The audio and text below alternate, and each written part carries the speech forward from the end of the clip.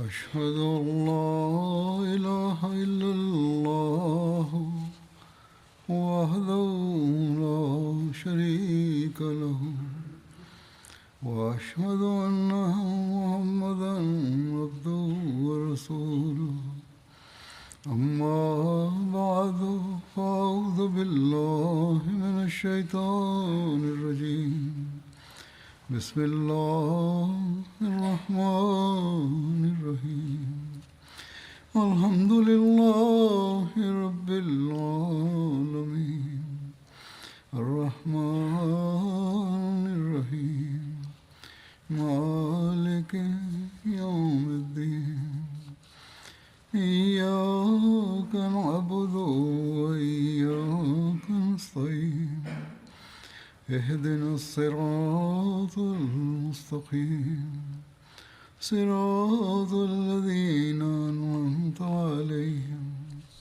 غير المغضوب عليهم ولا الضالين.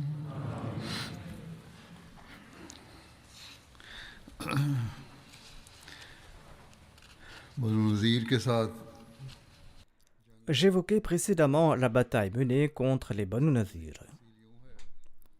Voici des détails supplémentaires à ce propos. Hazrat Mirza Bashiruddin Ahmad Sahib écrit ceci à ce propos dans son ouvrage Sirat Munabiyin.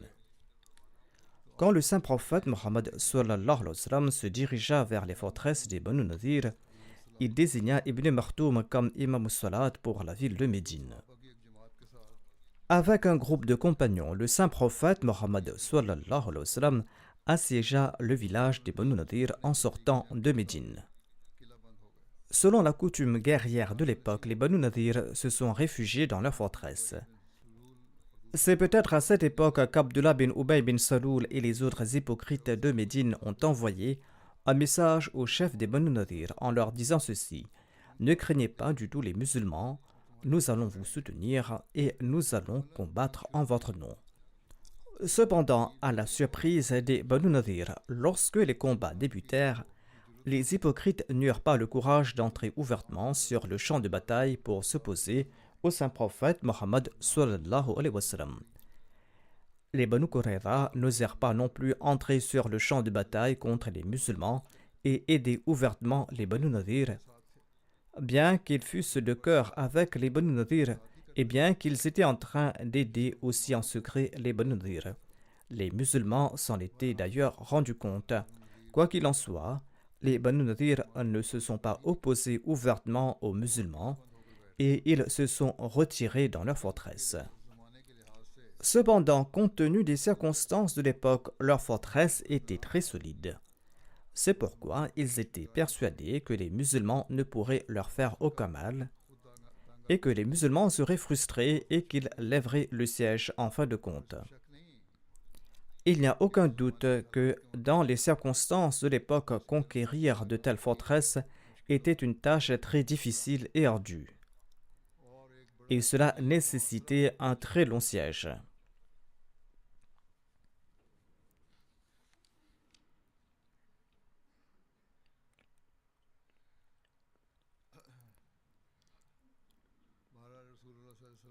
En tout cas, le saint prophète Mohammed sallallahu alayhi wa sallam s'est rendu là-bas.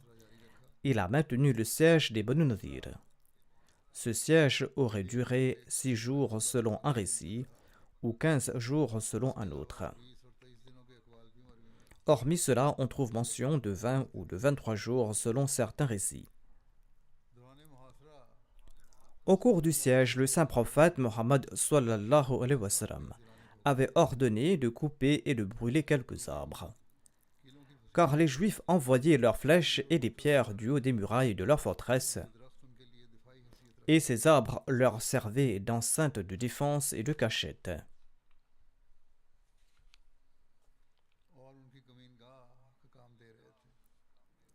Ces arbres leur servaient également de cachette. Sur ce, le saint prophète Mohammed lui a confié à Abu Layla Muzni et à Abdullah bin Salam la responsabilité de brûler ces arbres. Le saint prophète Mohammed paix soit lui l'a fait comme mesure défensive et pas tout simplement pour incendier ses vergers, car il est interdit de couper les arbres en islam. Selon les récits, Abu Layla Muzni a commencé à brûler les dattiers de l'espèce Ajwa. Abdullah bin Salam, quant à lui, incendiait les dattiers des autres espèces. Des récits font également état de l'incendie de palmiers dattiers de variété inférieure. Je présenterai des détails à ce propos plus loin. En tout cas, selon ces récits, Abu Layla a déclaré: ces arbres sont le capital précieux des Juifs. Ils seront davantage tristes si on incendie cela. C'est-à-dire que les Juifs seront plus tristes si on incendie ces arbres-là, car il s'agit de leur capital. Abdullah bin Salam a déclaré: Allah fera de leurs biens les butins destinés au saint prophète Mohammed sallallahu alayhi wa sallam. Cette phrase d'Abdullah bin Salam met en évidence le fait qu'on n'a pas incendié les palmiers dattiers de l'espèce Ajwa, qui est utile, mais ceux des autres variétés. Il a déclaré: les dattes Ajwa sont supérieures. Et cela servira au saint prophète sallallahu alayhi wa sallam. Lorsque les Juifs ont vu ces arbres brûlés, leurs femmes ont commencé à déchirer leurs vêtements, à se gifler et à se lamenter. Ensuite, les Juifs ont immédiatement envoyé un message en disant: ô Mohammed, vous êtes une personne de grand honneur et de dignité, vous interdisez la corruption et vous détestez toute forme de mal. Maintenant, vous-même, vous êtes en train d'accomplir ces actes. Mais comme il a été expliqué plus haut, ces arbres servaient de cachette et de défense pour les Juifs. Il était donc nécessaire de détruire cette défense, et il y avait aussi une sagesse derrière cela, que cette force soit éliminée le plus rapidement possible afin d'éviter d'autres massacres. Et il semble qu'Allah a inspiré directement le saint prophète Mohammed sallallahu alayhi wa sallam à ordonner de brûler ces arbres. Ainsi, Allah a répondu à cette accusation des Juifs en ces termes. Il est dit: Ma qata'tum min linatin aw taraktumuha qa'imatan ala usuliha fa bi'idhnillah wa liyukhzi al-fasiqin. Quelque dattier que vous ayez abattu ou laissé debout sur ses racines, c'était avec la permission d'Allah et pour qu'il couvre les rebelles d'ignominie.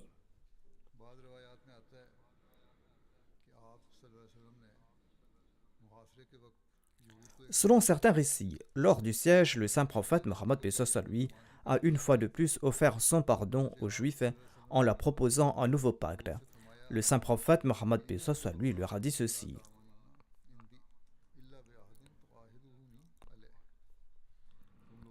je ne vous fais pas confiance à moins que vous ne concluiez un nouveau pacte ferme avec moi. Cependant, les Juifs ont refusé de conclure ce pacte.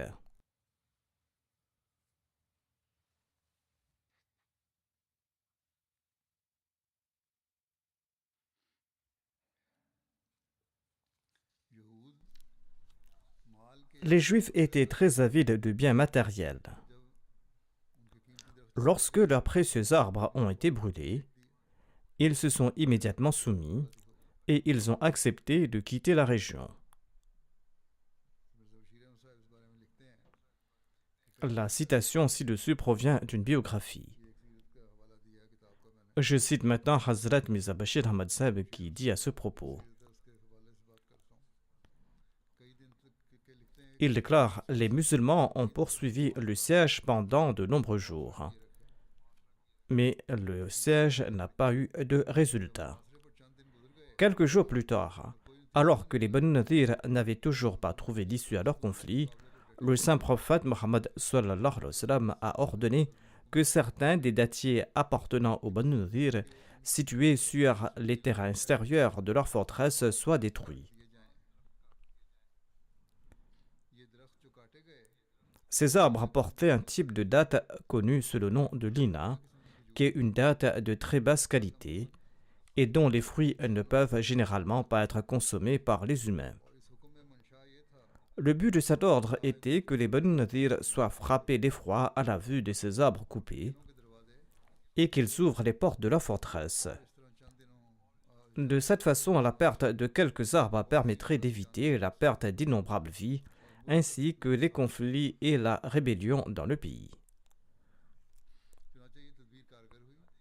Cette stratégie s'est avérée fructueuse et seuls 6 arbres avaient été abattus lorsque les Banu Nadir ont commencé à pousser des cris d'orfraie en pensant peut-être que les musulmans allaient abattre tous leurs arbres, y compris ceux qui portaient des fruits de grande qualité.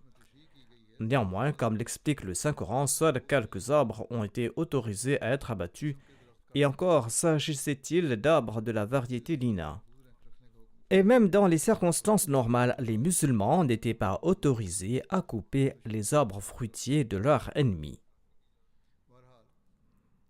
Quoi qu'il en soit, cette stratégie s'avéra payante, et frappés de stupeur, les Banu Nadir ont ouvert les portes de la forteresse après un siège de 15 jours, à condition qu'ils soient autorisés à partir avec tous leurs biens et leurs possessions en paix et en sécurité. Il s'agissait de la même offre que celle que le saint prophète Mohammed paix soit lui avait déjà présentée. Comme le seul désir du saint prophète paix soit lui était d'établir la paix, fermant ainsi les yeux sur les difficultés et les dépenses que les musulmans avaient dû supporter au cours de cette campagne, même maintenant le saint prophète Mohammed paix soit lui a accepté la condition des Banu Nadir et il a chargé son compagnon Mohammed bin Maslama de superviser le départ des Banu Nadir de Médine dans la paix et dans la sécurité. Comme l'a expliqué Hazrat Mirza Bashir Ahmad Sab, les dattiers de haute qualité n'ont pas été coupés. De même, selon un commentaire du Sahih al-Bukhari, les dattiers brûlés n'étaient pas de haute qualité, mais il s'agissait des dattiers ordinaires et de moindre valeur. Et les dattes de ces arbres n'étaient généralement pas consommées comme nourriture. En fait, seulement 6 arbres ont été brûlés, comme mentionné dans l'ouvrage Sirat Khatamun Nabiyyin.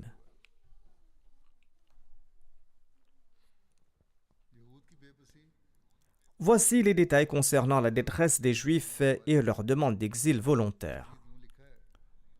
Selon les récits, les musulmans ont brûlé les arbres de cette tribu des Juifs et ceci les a terrifiés davantage. Allah a rempli leur cœur de terreur, brisant leur morale, et ils se sont ainsi rendus. Ils ont alors envoyé un message au saint prophète Mohammed sallallahu alayhi wa sallam disant qu'ils étaient prêts à quitter Médine et demandant la possibilité d'un exil pacifique. Le saint prophète, paix soit lui, a accepté leur requête et il leur a ordonné de quitter Médine, assurant la sécurité de leur vie. Il leur permit également d'emporter tout ce que leurs chameaux pouvaient transporter à l'exception des armes.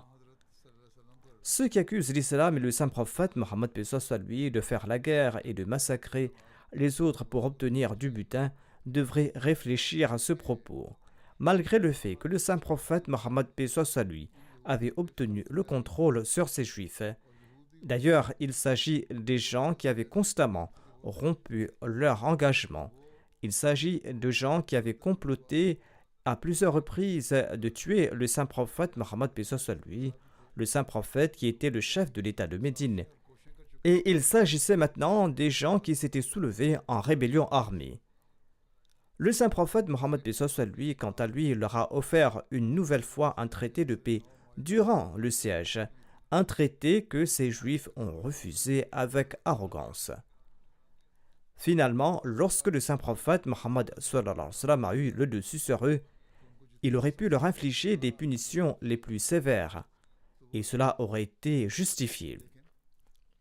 Cependant, son amour pour la paix, sa propension à la réconciliation et sa miséricorde exceptionnelle se sont manifestés lorsqu'il leur a permis de partir en toute sécurité.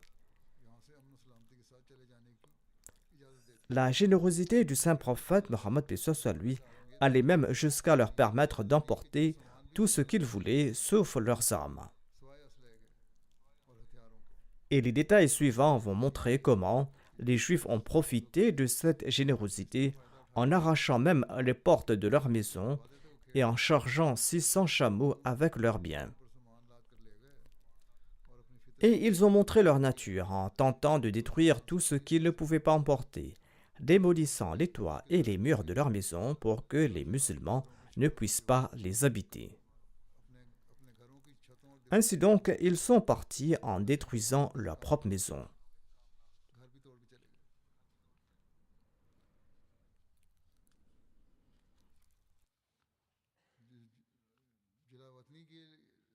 Les conditions d'exil imposées au Banu Nadir étaient les suivantes.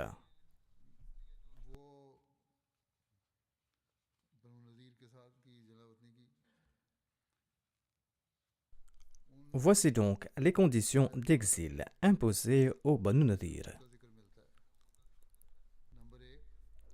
Premièrement, les Juifs des Banu Nadir devaient quitter la région de Médine et ils pouvaient se rendre là où ils le souhaitaient. C'était là la première condition. Ils devaient quitter la région de Médine et ils pouvaient se rendre là où ils le souhaitaient. Deuxièmement, lorsque les Juifs allaient quitter Médine, ils devaient être totalement désarmés.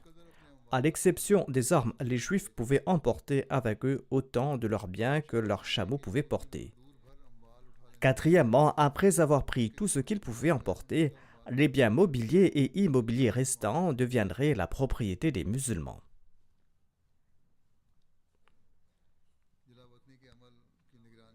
Les récits évoquent aussi la supervision de l'exil et les détails des excuses et des prétextes des Juifs. La responsabilité de l'exil des Banu Nadir de Médine fut confiée à Mohammed bin Maslama radhiyallahu anhu. À ce moment-là, les Juifs ont fait une autre excuse en disant que de nombreuses personnes de Médine leur devaient de l'argent et que ces dettes devaient être remboursées à une date ultérieure. Leur intention était de rester plus longtemps à Médine. Le saint prophète Mohammed lui a déclaré « Annulez les intérêts et réduisez le montant des dettes, mais faites vite. » Il ajouta que les dettes seront remboursées à condition que les intérêts soient annulés, mais qu'ils devaient partir de là rapidement. Abu Rafi Salam bin Abi Hukayk devait recevoir 120 dinars de Usaid bin Hudayr. Il a annulé les 40 dinars d'intérêt et il a reçu 80 dinars du principal. De nombreux autres juifs en ont fait de même. Quand le saint prophète Mohammed lui a imposé les conditions de l'exil, Abu Rafi Salam bin Abi Hukayk a dit à Huyay bin Akhtab, il lui a dit ceci, malheur à toi. Embrasse l'islam avant de subir un sort encore pire. Huyay bin Akhtab a répondu, quel sort pourrait être pire que celui-ci? Abu Rafi a répliqué, nos femmes et nos enfants seront capturés, et nos courageux guerriers seront tués, et nos biens seront confisqués par les musulmans. Aujourd'hui, il est plus facile de sauver nos vies en abandonnant nos biens. Si nous provoquons des troubles, cela se terminera par la mort et la captivité. Huyay a réfléchi quelques jours à ce propos lorsque Yamin bin Umayr et lorsque Abu Sa'd bin Wahab ont remarqué son dilemme. L'un d'entre eux a dit à l'autre, « Tu sais très bien que Mohammed sallallahu alayhi wa sallam est le messager d'Allah, alors qu'attendons-nous? Nous devons devenir musulmans. Nous savons que cela a été prouvé par nos écritures.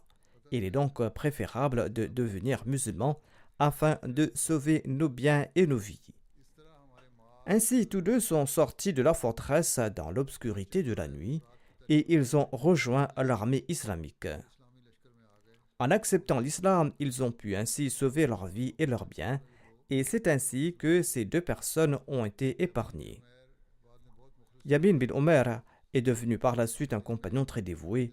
Dès cette époque, l'amour pour le saint prophète Mohammed lui avait tant envahi son cœur que lorsque Amr bin Juhaysh, un juif des Banu Nadir qui avait tenté de manière odieuse de tuer le saint prophète Mohammed lui, eh bien Yamin bin Umayr, qui était le cousin de ce même Amr bin Juhaysh, a fait tuer ce dernier par l'intermédiaire d'une autre personne. Lorsque le saint prophète Mohammed lui apprit à propos de cette démonstration de dévouement et d'amour, il exprima sa satisfaction. Ceci est tiré d'un livre d'histoire. Voici les détails sur l'exil des Juifs. Au moment de leur départ, les Juifs ont chargé sur leurs chameaux leurs femmes et leurs enfants, ainsi que tout ce que leur monture pouvait transporter, à l'exception de leurs armes. Ils avaient en tout 600 chameaux. Chaque personne a démoli elle-même sa maison et a emporté le bois comme les portes et les fenêtres sur leurs chameaux. Selon un récit, ces gens ont même démoli les piliers et les toits de leur maison. Ils ont enlevé les portes, les planches et même les gonds, et ils ont démoli les murs par pure jalousie et par pure rancune, afin que les musulmans ne puissent pas occuper leur maison après leur exil. Ainsi, lorsque les Juifs ont mis leurs femmes et leurs enfants sur les chameaux et ont chargé leurs biens sur d'autres chameaux, ils ont donné l'impression de ne pas être soucieux ou honteux de leur exil, bien que leur cœur brûlait de rage. Ils feignaient de ne pas s'en soucier, montrant aux gens qu'ils partaient joyeusement. Ils ont passé d'abord par la région des Banu Harith bin Khazraj et ils ont traversé la zone de Disr. Disr était également un marché de Médine. Ces Juifs ont fait défiler leurs femmes ornées et maquillées. Ces femmes étaient assises dans les hudaj sur les chameaux, tandis que leurs servantes dansaient au son de la musique. Les Juifs exhibaient leur richesse pour susciter l'envie des autres. Abu Rafi transportait un sac en cuir rempli d'or et d'argent. Abu Rafi, en agitant son sac rempli d'or et d'argent, disait ceci: « Nous avons gardé cet argent pour affronter ces situations et pour obtenir la victoire. » Leur départ se déroulait ainsi. Ces Juifs chantaient, jouaient de la musique, récitaient des poèmes provocateurs et ils dansaient. Cependant, le saint prophète Mohammed sallallahu alayhi wa sallam ignorait leur mesquinerie et il ne leur prêtait aucune attention malgré leur comportement. Si ces Juifs des Banu Nadir avaient eu affaire à une autre nation, ils n'auraient peut-être même pas reçu de quoi se couvrir après le comportement qu'ils avaient adopté. Ainsi, ils méritaient un châtiment sévère et ils n'auraient pas dû emporter quoi que ce soit, mais c'était la clémence et la miséricorde du saint prophète Mohammed paix soit lui qui les avait épargnés. Voici les détails sur le nouveau lieu de résidence des Banu Nadir. Selon les récits, lorsqu'ils ont été poussés à l'exil, il n'était pas nécessaire qu'ils quittent toute la péninsule arabique. Ils devaient tout simplement quitter la région de Médine. Ils pouvaient s'établir où ils le souhaitaient. C'est ainsi que certains se sont dirigés vers la région d'Azra'at en Syrie, tandis que la plupart se sont installés à Khaybar. Khaybar est situé à environ 96 000 de Médine et était un très grand refuge pour les Juifs de la péninsule arabique, avec une force de 10 000 guerriers armés. En outre, il y avait de nombreuses forteresses appartenant aux Juifs et la région était riche en ressources agricoles. Tous les Juifs de la péninsule arabique reconnaissaient la suprématie et la direction des Banu Nadir, car ces derniers se considéraient comme les descendants du prophète Aaron, paix soit sur lui. Les Banu Nadir étaient non seulement riches, mais aussi dotés d'un esprit très rusé. Ainsi, lorsque les Banu Nadir se sont rendus à Khaybar, la puissance des Juifs s'est accrue davantage. Parmi eux se trouvaient des personnalités importantes comme Huyy bin Akhtab, Salam bin Abi Hukayk et Kinana bin Arabi. Les Juifs de Khaybar étaient remarquables pour leurs compétences et leur maîtrise militaire, tandis que les Banu Nadir surpassaient en termes de clairvoyance politique. Sur le plan politique, les Banu Nadir étaient très rusés. Dès leur arrivée à Khaybar, ils ont facilement pris les rênes du leadership. ce qui a transformé Khaybar en un front de guerre majeur pour les musulmans.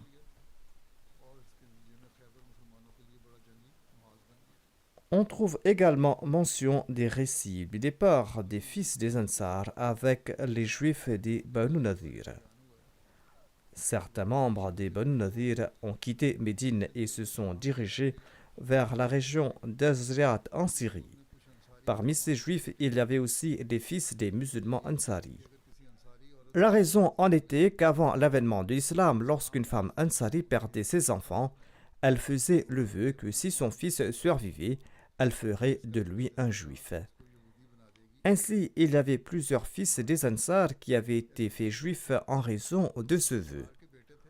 Lorsque les Banu Nadir ont été contraints à l'exil, les pères de ces garçons ont déclaré qu'ils ne laisseraient pas leurs fils partir avec les Juifs. À ce sujet, Allah a révélé ce verset pour ces personnes. Selon la Sirat al-Halbiya, Allah a déclaré La ikraha fi din, il n'y a pas de contrainte en religion. Hazrat Mirza Bashir Ahmad Sahib a également commenté à ce propos. Avec un grand apparat, splendeur et magnificence, les Banu Nadir ont emporté tous leurs biens mobiliers et leurs possessions. De leurs propres mains, ils ont démoli leurs maisons et ils ont détaché leurs portes, les cadres des portes et le bois et ils les ont emportés. Ils sont sortis de Médine avec tant de joie et de faste en chantant et en jouant leurs instruments comme s'il s'agissait d'un cortège nuptial. Cependant, leur équipement de guerre et leurs biens immobiliers, tels que leurs vergers, sont tombés entre les mains des musulmans. Étant donné que cette richesse a été acquise sans aucun combat, selon la charia islamique, le privilège de sa répartition appartenait exclusivement au messager d'Allah, sallallahu alayhi wa sallam. Le saint prophète, paix soit lui, a réparti principalement cette richesse parmi les pauvres muhajiroun, dont les moyens de subsistance étaient encore supportés par les propriétés des Ansar selon le système initial de fraternité. Et de cette manière, les Ansar sont devenus indirectement partenaires de cette richesse de butin également. Lorsque les Banu Nadir ont quitté Médine sous la supervision du compagnon Mohammed bin Maslama, certains Ansar ont tenté de retenir ceux qui étaient en fait issus de la descendance des Ansar et qui étaient devenus juifs suite à des vœux prononcés par les Ansar. Et les juifs, quant à eux, souhaitaient les emmener avec eux. Cependant, cette requête des Ansar allait à l'encontre de l'injonction islamique La ikraha fi din, c'est-à-dire qu'il n'y a pas de contrainte en matière de religion. C'est pour cette raison que le saint prophète, paix soit lui, a statué contre le cas présenté par les musulmans et il a rendu un verdict en faveur des juifs en disant que nous ne pouvons empêcher quiconque est juif et désireux de partir. Cependant, 2 hommes des Banu Nadir sont devenus musulmans de leur propre choix et ils sont restés à Médine, comme mentionné auparavant. Selon un récit, le saint prophète, paix soit lui, a ordonné aux Banu Nadir de se diriger vers la Syrie, c'est-à-dire de ne pas rester dans la péninsule arabique. Malgré cela, quelques-uns de leurs chefs, à l'instar de Salam bin Abil Hukayk, Kinana bin Rabi et Hui bin al-Akhtab, ainsi qu'une partie de leurs concitoyens, se sont réinstallés au nord du Hijaz, dans le célèbre village juif de Khaybar. Les habitants de Khaybar les ont accueillis à bras ouverts. Et ces personnes ont finalement été à l'origine d'une sédition et d'une incitation à la guerre très dangereuse. Le butin obtenu des Banu Nadir était nommé Mal-e-Fay. Comment ce butin a-t-il été réparti? Selon les récits, après le départ de la tribu des Banu Nadir, leurs armes, leurs vergers, leurs terres, leurs maisons sont tombés sous la possession du messager d'Allah, sallallahu alayhi wa sallam. Parmi les armes, il y avait 50 casques, 25 armures, 340 épées. C'était le premier butin faille reçu par les musulmans. Le mal-e-faille est celui qui est obtenu des mécréants sans combat. Contrairement au butin de guerre, aucun cinquième n'était prélevé sur ce butin et il était entièrement à la disposition du messager d'Allah, sallallahu alayhi wa sallam, pour qu'il en dispose comme il le souhaitait. Ainsi, il n'y avait pas eu de combat contre les Banu Nadir, car Allah avait imposé la crainte et l'effroi de son prophète dans leur cœur. Ainsi, Allah a fait de son messager l'héritier de leurs biens. Ce butin était le mât des failles. Et le prophète d'Allah, paix soit lui, a distribué tout leur équipement parmi les musulmans pour qu'ils en utilisent dans des œuvres de bienfaisance. Voici l'injonction de Dieu à ce propos. Allah a déclaré à ce propos: وَمَا أَفَاءَ اللَّهُ عَلَى رَسُولِهِ مِنْهُمْ فَمَا أَوْجَفْتُمْ عَلَيْهِ مِنْ خَيْلٍ وَلَا رِكَابٍ وَلَكِنَّ اللَّهَ يُسَلِّطُ رُسُلَهُ عَلَى مَن يَشَاءُ وَاللَّهُ عَلَى كُلِّ شَيْءٍ قَدِيرٌ.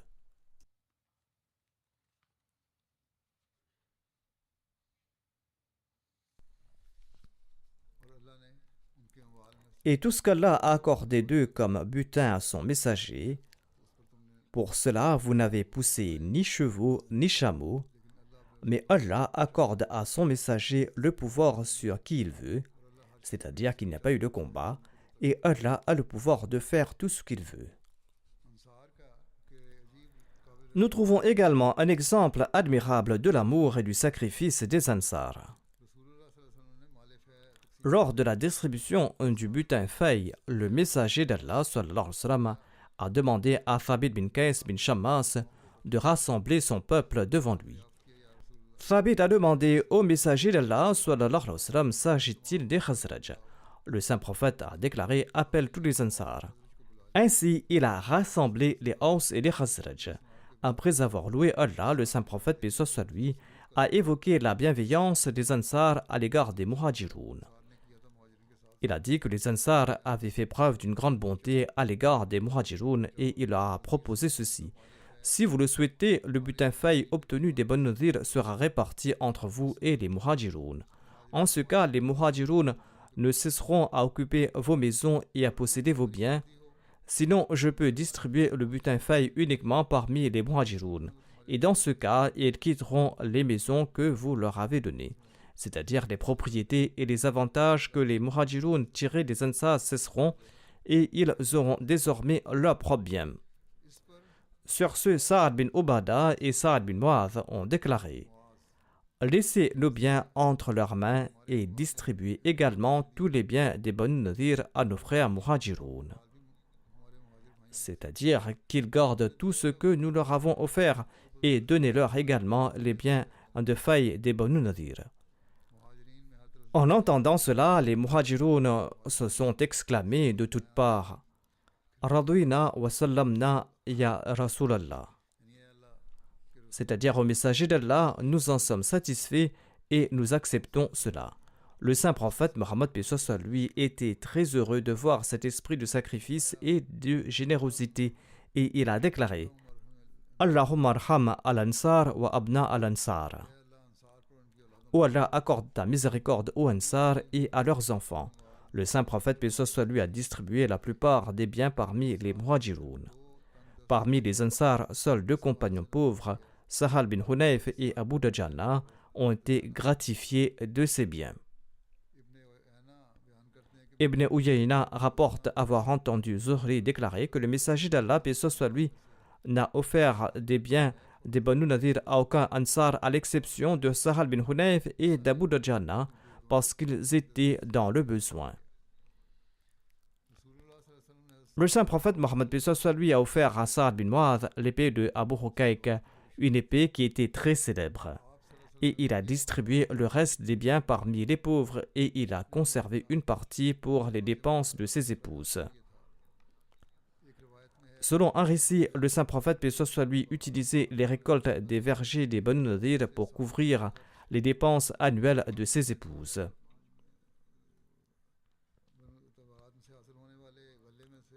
Ce qui restait après avoir assuré les dépenses de l'année de ses épouses était utilisé pour préparer le djihad.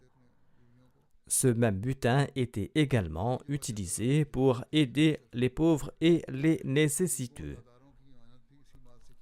Les Banu Nadir possédaient 7 vergers dont la gestion était confiée à l'esclave affranchi nommé Abu Rafi.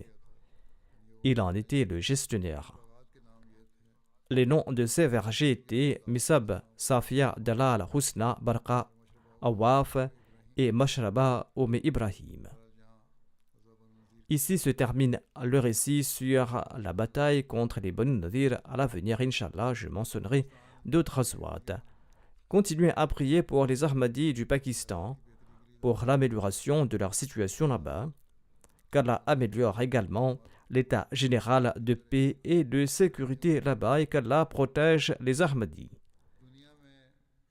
Priez également pour la situation générale des musulmans dans le monde, afin que ces musulmans puissent retrouver leur dignité en acceptant l'imam de l'époque. Priez également pour la situation mondiale qui semble se diriger vers la guerre. Il semble inévitable qu'une guerre ait lieu, mais qu'Allah protège tout Ahmadi et qu'Allah protège tout innocent des méfaits de la guerre.